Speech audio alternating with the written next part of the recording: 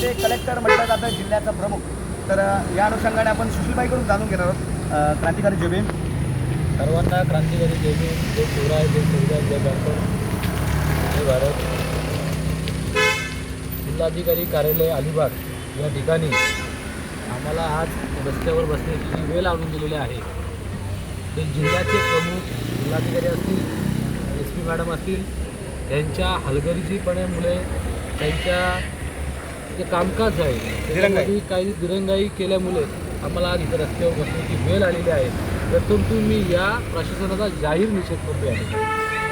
आज पेनमध्ये 12 मेला ज्या घटनेला 2.5 महिने उलटून गेलेले आहेत, 12 मेला आमच्या बौद्ध समाजाच्या माणसाला पृष्ठ सोनावण्याला पोलिसांनी कोणत्याही प्रकारचा अर्ज नसताना, कोणत्याही प्रकारचा तक्रार नसताना, कोणत्याही प्रकारची FIR नसताना एकदम चुकीच्या पद्धतीने बेकायदेशीरपणे कायद्याचे रक्षक हे भक्षक बनलेले आहेत आणि त्या पद्धतीने त्यांना ती मारहाण केलेली आणि जातीवाचक शिवीगाळ केलेली.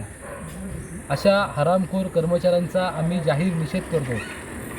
कदाचित ही घटना आम्हाला त्याच दिवशी जर समजली असती तर संपूर्ण महाराष्ट्रामधनं पॅन्थर पेन पोलीस स्टेशनला उतरवले असते आणि ज्या पद्धतीने त्यांना मारलेलं त्याच पद्धतीने त्यांना आम्ही मारलंसुद्धा असतं. कारण पॅन्थरचा इतिहास हा 1972चा इतिहास आहे.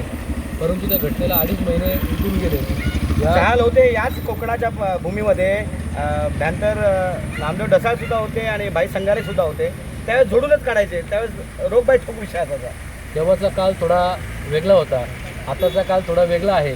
आत्ता थोडे अधिकारी कायद्याच्या दिशेने चालतात, परंतु या अधिकाऱ्यांनी कायदा हातामध्ये घेतला आणि कायदा हातामध्ये घेऊन बौद्ध समाजाच्या माणसाला मारहाण करून जातीवादी शिवीगाळ केली. अशा बेजबाबदार अधिकाऱ्याला आमची मागणी आम्ही ठेवलेली आहे तर ह्याच्यावर ॲट्रॉसिटी अंतर्गत त्याचं तात्काळ निलंबन हे केलं पाहिजे. आणि दुसरी गोष्ट, त्याच्यामध्ये जे PI आहेत, DYSP आहे, त्यांनी जी त्यांच्या कर्तव्यामध्ये कसूर केलेला आहे, जे चुकीच्या पद्धतीने रिपोर्ट SP मॅडमना दाखवून SP मॅडमची दिशाभूल केलेली आहे, अशी अधिकाऱ्यांवर सहआरोपी करून त्यांच्यावर गुन्हा दाखल झाला पाहिजे. ही सुद्धा आमची या ठिकाणी मागणी. तुम्ही यासोबत कायदेविषयक तुम्ही कोर्टामध्ये पण धाव घेणार आहात का याच्या निलंबन करता? आम्हाला इथे जर न्याय मिळाला नाही तर आम्हाला कोर्टाची सुद्धा बाजू आहे, तयारी आहे, आम्ही तयारी केलेली सुद्धा आहे. पण आम्ही आमच्या जितके परिश्रम देता येईल तेवढं आम्ही देतो. आमचा अंत पाहू नका. रिसेंटली आत्ताचा मुद्दा आहे महाराष्ट्रामध्ये गाजणारा सोमनाथ सूर्यवंशीला ज्या कायद्या बाबासाहेबांनी संविधान लिहिलं, संविधानाच्या माध्यमातून सोमनाथ सूर्यवंशीला आज न्याय मिळाला.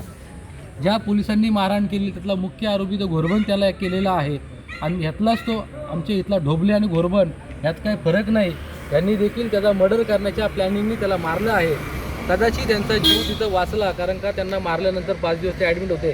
त्याच्यामध्ये जर जीव गेला असता तर आम्ही काय बघितलं असतं. एक कायदा पारित झालेला आहे, जर प्रशासकीय अधिकारी, शासन अधिकारी जर असं काही गैरवर्तणूक करत असेल तर त्यासाठी गंभीर कायदे आहेत, तर याचा अंमलबजावणी होत नाही. तर SP दलाल साहेब मॅडमला तुम्ही भेटले सुद्धा असताना त्यांनी काय हप्त्याचा वेळ मागितला होता, तरी दिले नाही का? कसं पाहता याकडे? आम्हाला वाटलं का SP मॅडम ज्या आहेत त्या आमच्या जिल्ह्याच्या लेडी सिंगम म्हणून ओळखले जातील, पण असं काय मला त्यांच्यामध्ये आता दिसत नाही. कारण का तो त्यांच्याकडे बघण्याचा आमचा आदर होता. त्यांना काय राजकीय प्रेशर आहे का? 100% राजकीय प्रेशर असू शकतो. कारण का ज्या पद्धतीने फिर्यादीला धमकवलं जाते, ज्या पद्धतीने आम्हाला थांबवलं जाते, पैशाची लालच दाखवली जाते, थांबवलं जाते, तुम्हाला असं करू तसं करू, पण आम्ही कोणत्याही आमिषाला बली पडलो नाही. कदाचित मॅडम पडले असतील म्हणून 15 दिवस लागले, 20 दिवस लागले, पण त्यांना एक लक्षात ठेवता, तुम्ही आत्ता इथं जिल्ह्याच्या SP म्हणून आलात, आम्ही इथं कायमस्वरूपी राहणार आहोत. आमचं वर्षानुवर्षे आम्ही इथं राहतो, या भूमीतले आहेत आम्ही, आणि आम्ही पॅन्थरचे संघर्षमय पॅन्थर आहोत हे ध्यानात ठेवा. तुम्ही तिथं ऑफिसमध्ये बसा, रस्त्यावर तुम्हाला यावं लागेल, रस्त्यावर पॅन्थर उभे आहेत हे देखील तुमच्या लक्षात असू. ठीक आहे. तर आपण रिपब्लिकन सेनेचे आपले उपाध्यक्ष आहेत सुफियानजी मुकादम, त्यांच्याकडून जाणून घेणार आहोत काय गंभीरतेने पाहतात या विषयाकडे. क्रांतिकारी जय भीम. सुशील भाई का जब फ़ोन आया मेरे को, सुशील भाई के